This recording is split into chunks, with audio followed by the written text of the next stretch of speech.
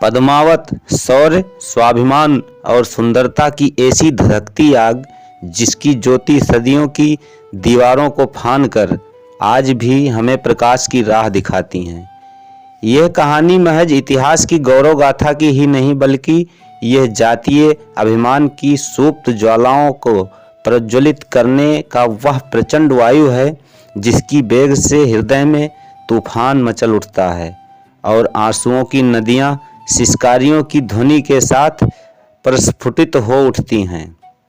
यह आपको जानकर हैरानी होगी कि 2018 में आई संजय भंसाली द्वारा दिखाई गई फिल्म में पद्मावत में खिलजी द्वारा रावल रतन सेन की मृत्यु मलिक मोहम्मद जायसी के मूल रचना पद्मावत में तो है ही नहीं। और ऐसी बहुत सी बातें हैं जो कि इस फिल्म में दिखाई नहीं गई हैं या फिर तोड़ मरोड़ कर पेश किया गया है। आज इस कहानी को देखने के बाद मूल पद्मावत ग्रंथ की कहानी उजागर हो जाएगी।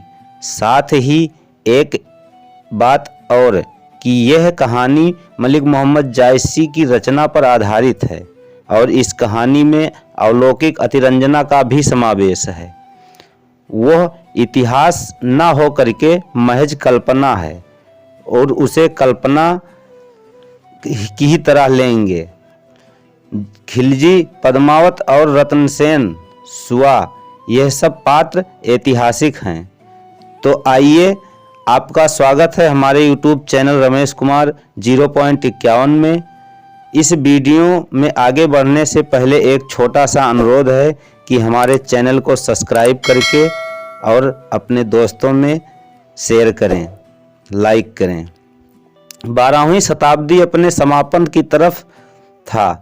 सिंघल द्वीप, जिसे हम आज श्रीलंका के नाम से जानते हैं, वहाँ प्रकृति की अलौकिक सुंदरता बहुत ही प्रवीण था।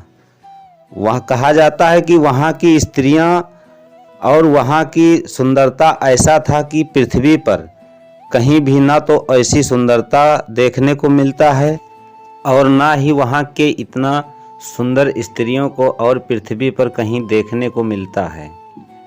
उसी द्वीप पर एक राजा गंधर्वसेन राज किया करते थे। उनके यहाँ एक बेटी का जन्म हुआ।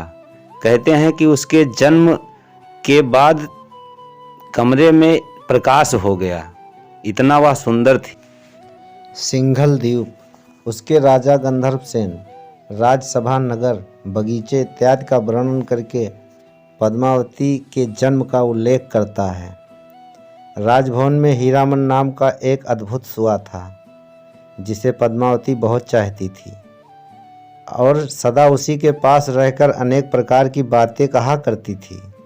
पद्मावती क्रमशः सयानी हुई और उसके रूप की ज्योति भूमंडल में सबसे ऊपर हुई। जब उसका कहीं विवाह न हुआ तब वह रात दिन हीरामणि से यही बात की चर्चा किया करती थी। सुये ने एक दिन कहा कि यदि कहो तो देश देशांतर का भ्रमण करके मैं तुम्हारे योग्य वर ढूंढूं।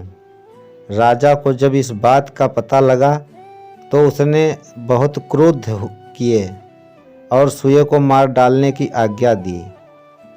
पद्मावती ने विनती कर किसी तरह प्रकार सुये के प्राण बचाए। सुये ने पद्मावती से विदा मांगी पर पद्मावती ने प्रेम के मारे सुये को रोक लिया। सुआ उस समय तो रुक गया पर उसके मन में एक प्रकार का डर बस गया कि राजा के राज में रहकर उससे बैर ठीक नहीं है। एक दिन पद्मावती सखियों के साथ लेकर मानसरोवर में स्नान और जल क्रीड़ा करने गई। सुये ने सोचा कि अब यहाँ से चटपट चल देना चाहिए। वह वन की ओर उड़ा जहाँ पक्षियों ने उसका बड़ा सत्कार किया। 10 दिन पीछे एक बहेलिया हीरा हरी पत्तियों की टट्टी लेकर उस वन में चला आ रहा था और पक्षी तो उड़ गए लेकिन हीरामन चारे के लोभ में नहीं उड़ सका। अंत में बहेलियों ने उसे पकड़ लिया और बाजार में उसे बेचने के लिए ले गया। चित्तौड़ के एक व्यापारी के साथ एक दिन ब्राह्मण भी कहीं से रुपए लेकर लोभ की आशा से सिंघल की हाट में आया था।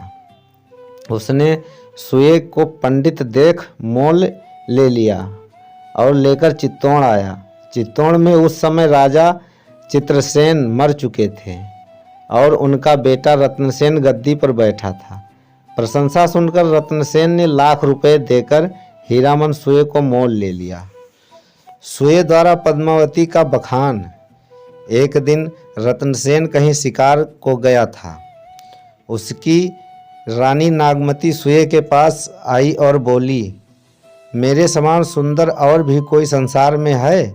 इस पर सुआ हंसा और उसने सिंघल की पद्मिनी स्त्रियों का वर्णन करके कहा कि उनमें और तुम में दिन और अंधेरी रात तक का अंतर है।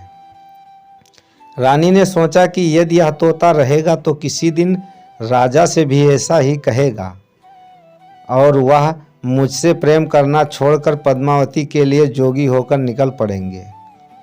उसने अपनी धाय से उसे ले जाकर मार डालने को कहा। धाय ने परिणाम सोचा कि यह तो रानी है। यह सोचकर उसको मारा नहीं, छिपा दिया। जब राजा लौटकर आए, सुए को नहीं देखा तो उसने बड़ा ही क्रोध किया। अंत में हीरामन उसके सामने लाया गया और उसने सब वृतांत कह सुनाया। राजा को पद्मावती के रूप का वर्णन सुनने की बड़ी उत्कंठा हुई और हीरामन ने उसके रूप का लंबा चौड़ा वर्णन किया। उस वर्णन को सुन राजा बेसुध हो गया। उसके हृदय में ऐसा प्रबल अभिलाषा जागी कि वह रास्ता बताने के लिए हीरामन को साथ ले कर जोगी होकर घर से निकल पड़ा।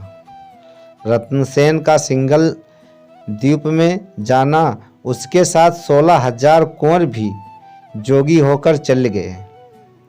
मध्य प्रदेश का नाना दुर्गम स्थानों के बीच होते हुए सब लोग कलिंग देश में पहुँचे।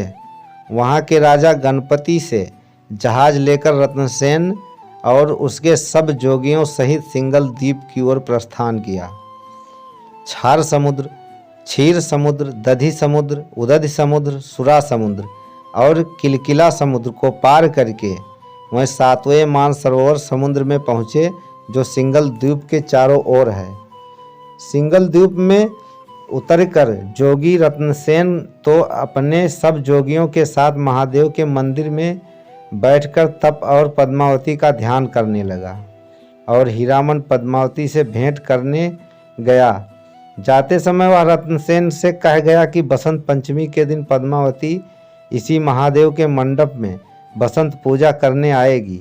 उस समय तुम्हें उसका दर्शन होगा और तुम्हारी आशा पूर्ण होगी। बहुत दिन पर हीरामन को देख पद्मावती बहुत रोई।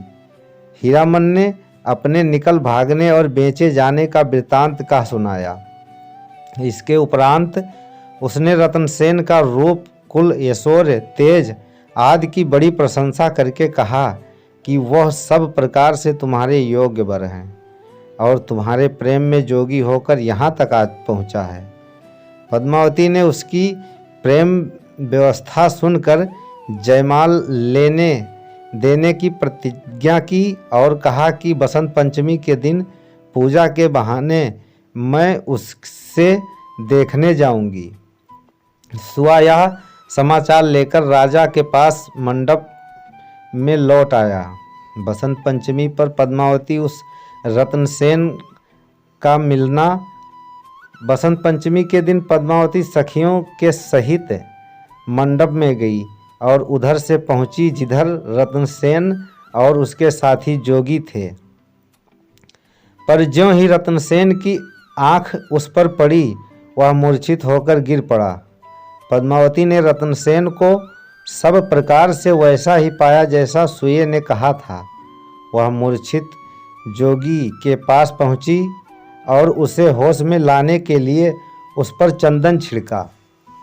जब वह न जागा तब चंदन से उसके हृदय पर यह बात लिखकर वहाँ से चली गई कि जोगी, तूने भिक्षा प्राप्त करने का योग नहीं हो, क्योंकि जब फल प्राप्ति का समय आया तो तू सो गया पार्वती द्वारा रत्नसेन की परीक्षा लेना। राजा को जब होश आया तब वह बहुत पछताने लगा और जलकर मर जाने को तैयार हुआ।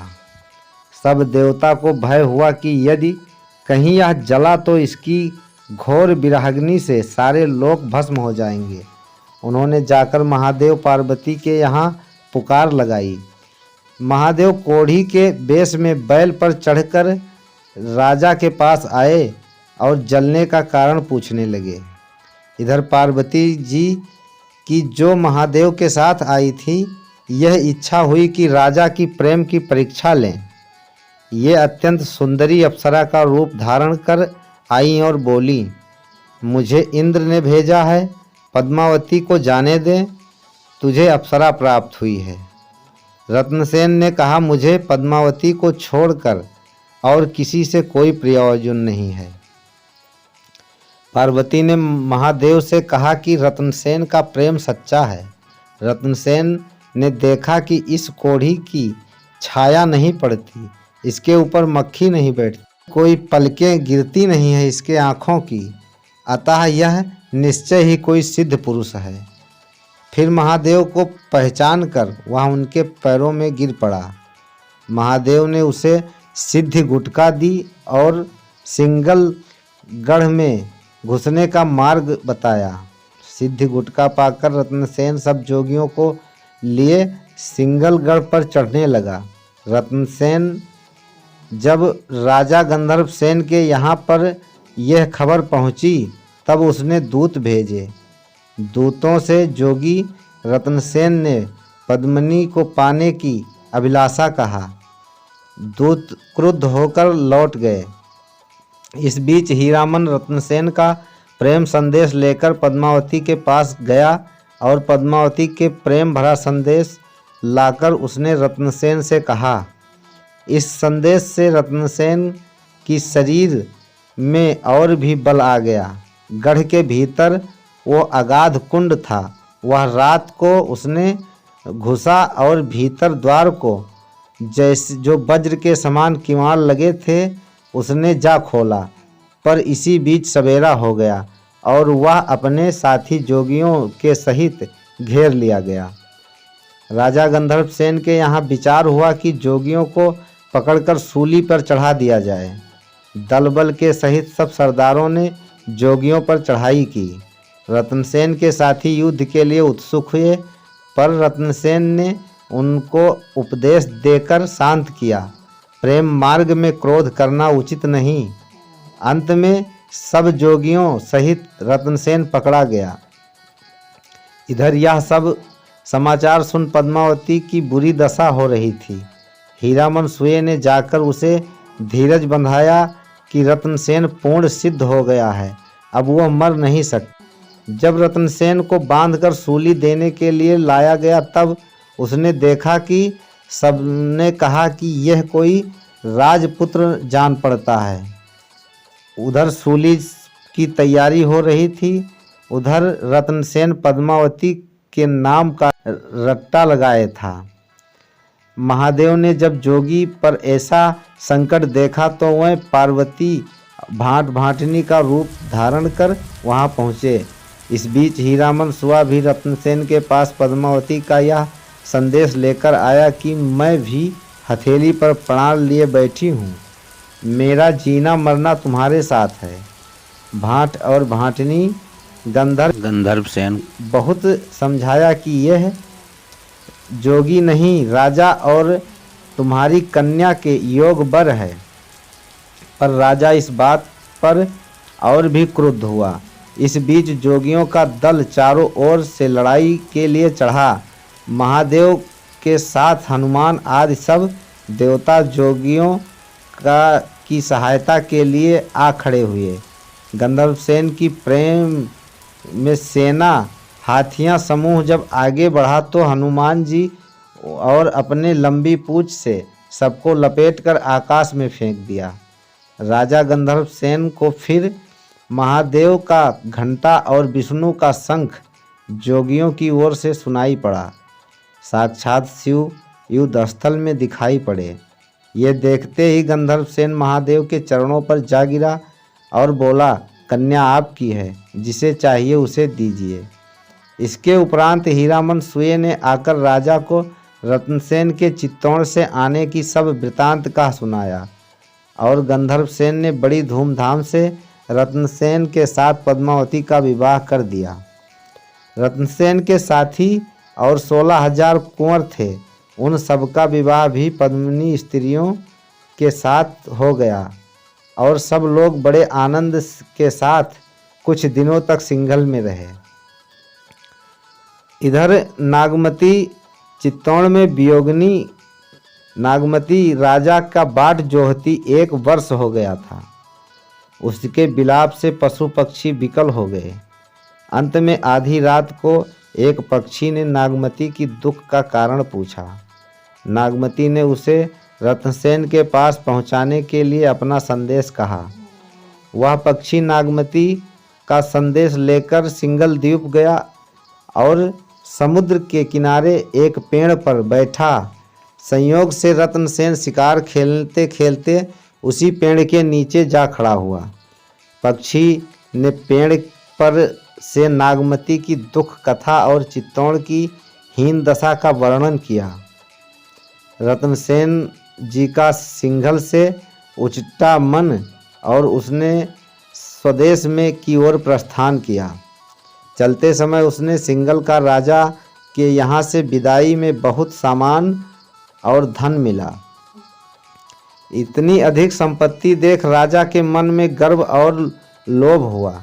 वह सोचने लगा कि इतना अधिक धन लेकर यदि मैं स्वदेश पहुंचा तो फिर मेरे समान संसार में कौन है। इस प्रकार लोभ ने राजा को आ घेरा। समुद्र का क्रोध। समुद्र तट पर जब रत्नसेन आया तब समुद्र याचक का रूप धरकर राजा को से दान मांगने आया, पर राजा ने लोभवश उसका तिरस्कार कर दिया। राजा आधे समुद्र में ही नहीं पहुंचा था कि जोर से तूफान आया, जिससे जहाज दक्षिण लंका की ओर बह गया। वहाँ विभीषण का एक राक्षस माझी मछली मार रहा था। वह अच्छा आहार देखकर राजा से आकर बोला कि चलो हम तुम्हें रास्ते पर लगा दें। राजा उसकी बातों में आ गया। वह राक्षस सब जहाज़ों को एक भयंकर समुद्र में ले जाकर जहाँ से निकलना बहुत कठिन था। जहाज चक्कर खाने लगे और हाथी घोड़े मनुष्य इत्यादि डूबने लगे। वह राक्षस आनंद से नाचने लगा। इसी बीच समुद्र का राज पक्षी वहां आ पहुंचा, जिसने डैनों के ऐसा घोर शब्द हुआ मानो पहाड़ का शिखर टूट रहे हों। वह पक्षी उस दुष्ट राक्षस को चुंगल में दबाकर उड़ गया। जहाज के एक तख्ते पर राजा और दूसरी पर रानी पद्मावती बहते बहते जाकर समुद्र के कन्या लक्ष्मी की सहेलियों के साथ खेल रही थी, वहां लगी। लक्ष्मी मूर्छित पद्मावती को अपने घर ले आई। पद्मावती को जब चेत हुआ तब वह रत्नसेन के लिए विलाप करने लगी। लक्ष्मी ने उसे धीरज बंधाया और अपनी पिता समुद्र राजा की खोज करने के लिए वचन दिया। इधर राजा बहते बहते एक ऐसे निर्जन स्थान पर पहुंचा जहां मूंगों के टीलों के सिवा और कुछ न था। राजा पद्मिनी के लिए बहुत विलाप करने लगा और कटार लेकर अपने गले काटने और अपने आप को मारना चाहा कि ब्राह्मण के रूप धरकर समुद्र उसके सामने आ खड़ा हुआ और उसे मारने से रोका। अंत में समुद्र ने राजा से कहा कि तुम मेरी लाठी पकड़कर आंख मूंद लो, मैं तुम्हें जहां पद्मावती है उसी तट पर पहुंचा दूंगा। लक्ष्मी द्वारा रत्नसेन की परीक्षा। जब राजा उस समुद्र के तट पर पहुंचा जहां लक्ष्मी और उसकी परीक्षा लेने के लिए पद्मावती का रूप धारण कर रास्ते में जा बैठी। रत्नसेन उन्हें पद्मावती समझकर उनकी तरफ लपका। पास आने पर कहने लगी, मैं पद्मावती हूँ, पर रत्नसेन ने देखा कि यह पद्मावती नहीं है, तब चट से मुंह फेर लिया अंत में लक्ष्मी रत्नसेन को पद्मावती के पास ले गई। रत्नसेन और पद्मावती कई दिनों तक समुद्र और लक्ष्मी के मेहमान बनकर रहे। पद्मावती के प्रार्थना पर लक्ष्मी ने उन सब साथियों को भी ला खड़ा किया जो इधर उधर बह गए थे। जो मर गए वह भी अमृत पीकर जी गए। इस प्रकार बड़े आनंद से दोनों वहाँ से विदा हुए। विदा होते समय समुद्र ने उन्हें अमूल्य रत्न दिए। सबसे बढ़कर 5 रत्न, जो 5 पदार्थ हैं बहुत अमूल्य हैं, उसको समुद्र ने उसको भेंट में दिया। अमृत, हंस, राज पक्षी, शार्दुल और पारस पत्थर। इन सब अनमोल पदार्थों को लिए अंत में रत्नसेन और पद्मावती चित्तौड़ पहुंच गए। नागमती और पद्मावती दोनों रानियों के साथ रत्नसेन सुखपूर्वक रहने लगा। नागमती से नागसेन और पद्मावती से कमलसेन, ये 2 पुत्र राजा को हुए। राघव चेतन नाम का एक पंडित रहता था। चित्तौड़ की राजसभा में राघव चेतन नाम का एक पंडित था जिसे यक्षिणी सिद्ध थी। एक दिन राजा ने पंडितों से पूछा, दूज कब है? राघव के मुंह से निकला आज, और सब पंडितों ने एक स्वर में कहा कि आज नहीं हो सकती, कल होगी। राघव ने कहा कि यदि आज दूज ना हो तो मैं पंडित नहीं। पंडितों ने यह कहा कि राघव वाम मार्गी हैं, यक्षिणी की पूजा करता है, जो चाहे सो कर दिखावे, पर आज दूज नहीं हो सकती। राघव ने यक्षिणी के प्रभाव से उसी दिन संध्या के समय द्वितीय का चंद्रमा दिखा दिया। पर जब दूसरे दिन चंद्रमा देखा गया तब वह द्वितीय का ही चंद्रमा था। इस पर पंडितों ने कहा कि राजा रत्नसेन से कहा, देखिए, यदि कल द्वितीय रही होती तो आज चंद्रमा की कला में कुछ अधिक होती। झूठ और सच की परख कर लीजिए।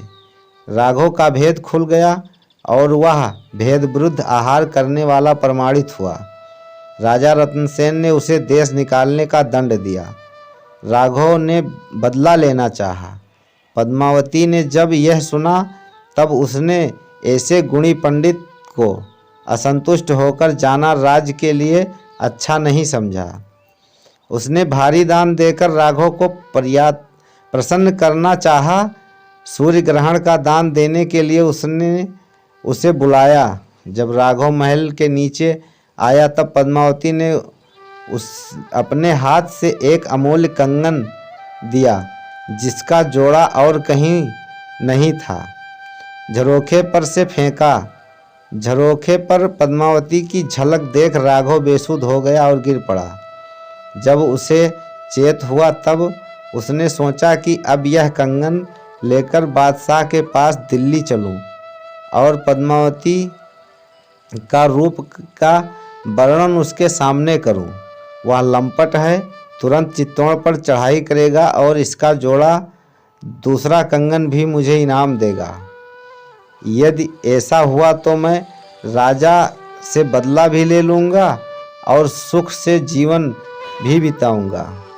अलाउद्दीन द्वारा चढ़ाई और संधि। और वहाँ बादशाह अलाउद्दीन से कहा। कंगन दिखाकर उसने पद्मिनी की रूप का वर्णन किया। अलाउद्दीन ने बड़े आदर से उसे अपने यहाँ रखा और सरजा नामक एक दूत के हाथ एक पत्र रत्नसेन के पास भेजा कि पद्मावती को तुरंत भेज दो, बदले में जितना राज चाहे ले लो। पत्र पाते ही राजा रत्नसेन क्रोध से लाल हो गया और बिगड़कर दूत को वापस कर दिया। अलाउद्दीन ने चित्तौड़गढ़ पर चढ़ाई कर दी। 8 वर्ष तक मुसलमान चित्तौड़ को घेरे रहे। युद्ध होता रहा पर गढ़ न टूट सका। इसी बीच दिल्ली से एक पत्र अलाउद्दीन को मिला जिसमें हरेव लोगों के फिर से चढ़ आने का समाचार लिखा था। बादशाह ने जब यह देखा कि गढ़ नहीं टूट रहा है तब उसने कपट की एक चाल सोची। उसने रत्नसेन के पास संधि का एक प्रस्ताव भेजा और यह कहलाया कि मुझे पद्मिनी नहीं चाहिए। समुद्र से जो 5 अमूल्य वस्तुएं तुम्हें मिली हैं उन्हें देकर मेल कर लो। नीतिज्ञों द्वारा विरोध।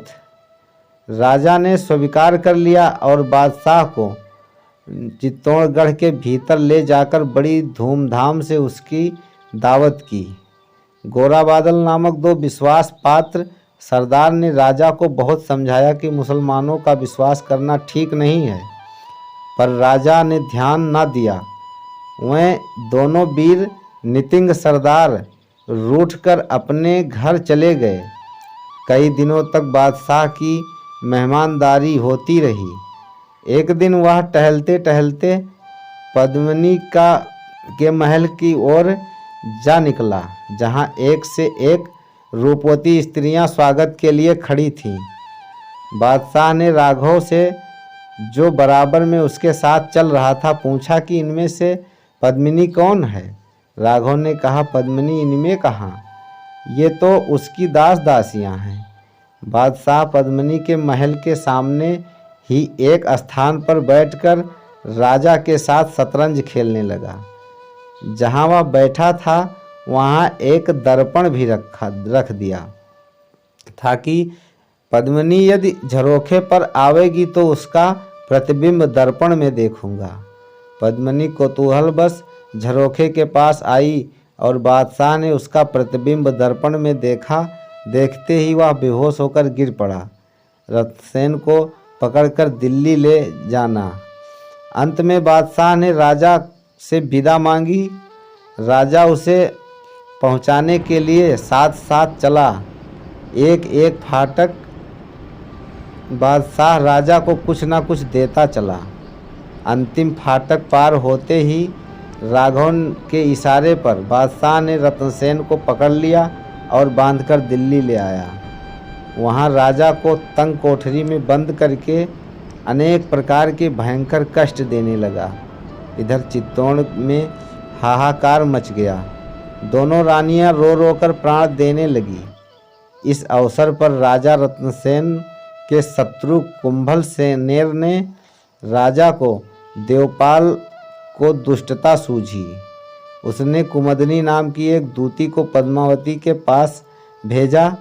पहले तो पद्मावती अपने मायके की स्त्री सुनकर उसे बड़े प्रेम से मिली और अपना दुख कहने लगी, पर जब धीरे धीरे उसका भेद खुला तब वह उचित दंड देकर उसको निकलवा दिया। इसके पीछे अलाउद्दीन ने भी जोगिन के वेश में एक दूती इस आशा से भेजी थी कि वह रत्नसेन से भेंट कराने के बहाने पद्मावती को जोगिन बनाकर अपने साथ दिल्ली लाएगी, पर उसकी दाल ना गली। गोरा बादल अंत में पद्मिनी गोरा बादल के घर गई और उन दोनों क्षत्रिय वीरों के सामने अपना दुख रो रो कर उसने राजा को छुड़ाने का प्रार्थना की। दोनों ने राजा को छुड़ाने का दृढ़ प्रतिज्ञा की और रानी को बहुत धीरज बंधाया। दोनों ने सोच कि जिस प्रकार मुसलमानों ने धोखा दिया है उसी प्रकार उनके साथ भी चाल चलनी चाहिए। उन्होंने 1600 ढकी पालकी के भीतर सशस्त्र राजपूत सरदारों को बिठाया और जो सबसे उत्तम और बहुमूल्य पालकी था उसके भीतर औजारों के साथ एक लोहार को बिठाया। गोरा के पुत्र बादल की अवस्था बहुत थोड़ी थी। जिस दिन दिल्ली जाना था उसी दिन उसका गौना आया था। वह नवविवाहिता वधू को छोड़कर युद्ध जाने के लिए बहुत रोका, पर वह वीर कुमार ने एक न सुनी। अंत में 1600 सवारियों के सहित वह दिल्ली के किले में पहुँचे। वहाँ कर्मचारियों को घूसपात देकर उसने अपने अनुकूल कर लिया, जिससे किसी न किसी पालकियों में तलाशी ना ली गई। बादशाह के यहाँ खबर की गई कि पद्मावती आई हैं। कहती हैं कि मैं राजा से मिल लूँ और उन्हें चित्तौड़ के खजाने की कुंजी सुपुर्द कर दूँ, तब महल जाऊँ। बादशाह ने आज्ञा दे दी। वह सजी हुई पालकी वहीं पहुंचाई गई जहां राजा रत्नसेन कैद था। पालकी में सेना निकलकर लोहार ने चट से राजा की बेड़ी काट दी और वह शस्त्र लेकर एक घोड़े पर सवार हो गया जो पहले से तैयार था। देखते देखते हर हथियारबंद सरदार पालकियों में से निकल पड़े। इस प्रकार गोरा और बादल राजा को छुड़वाकर चित्तौड़गढ़ चले। रत्नसेन का बदला लेना और शहीद होना। बादशाह ने जब सुना तब अपनी सेना सहित पीछा किया। गोरा बादल ने जब शाही फौज देखी तब 1000 सैनिक को लेकर गोरा तो शाही फौज को रोकने के लिए डट गया और बादल राजा रत्नसेन को लेकर चित्तौड़ की ओर बढ़ा। वृद्ध वीर गोरा बड़ी वीरता से लड़कर और हजारों को मारकर अंत में सरजा के हाथों से मारा गया। इस बीच में राजा रत्नसेन चित्तौड़ पहुंच गया। पहुंचते ही उसी दिन रात को पद्मावती का मुंह से रत्नसेन ने जब यह देवपाल की धृष्टता का हाल सुना तब उसने उसे बांध लाने की प्रतिज्ञा की। सवेरा होते ही रत्नसेन ने कुंभलनेर पर चढ़ाई कर दी। रत्नसेन की ओर से और देवपाल और बीच में द्वंद्व युद्ध हुआ। देवपाल की तलवार रत्नसेन की नाभि में घुसकर उस पार निकल गई। देवपाल सांग तलवार मारकर लौटना ही चाहता था कि रत्नसेन ने उसे जा पकड़ा और उसकी सिर काटकर उसके हाथ पैर बांधे। इस प्रकार अपनी प्रतिज्ञा पूरी कर और चित्तौड़ की रक्षा का भार बादल को सौंप रत्नसेन ने शरीर छोड़ दिया। रानियों का सती होना। राजा के शव को लेकर पद्मावती और नागमती दोनों रानियां सती हो गई। इतने में ही शाही सेना चित्तौड़गढ़ आ पहुंची। बादशाह ने पद्मावती की सती होने का समाचार सुना।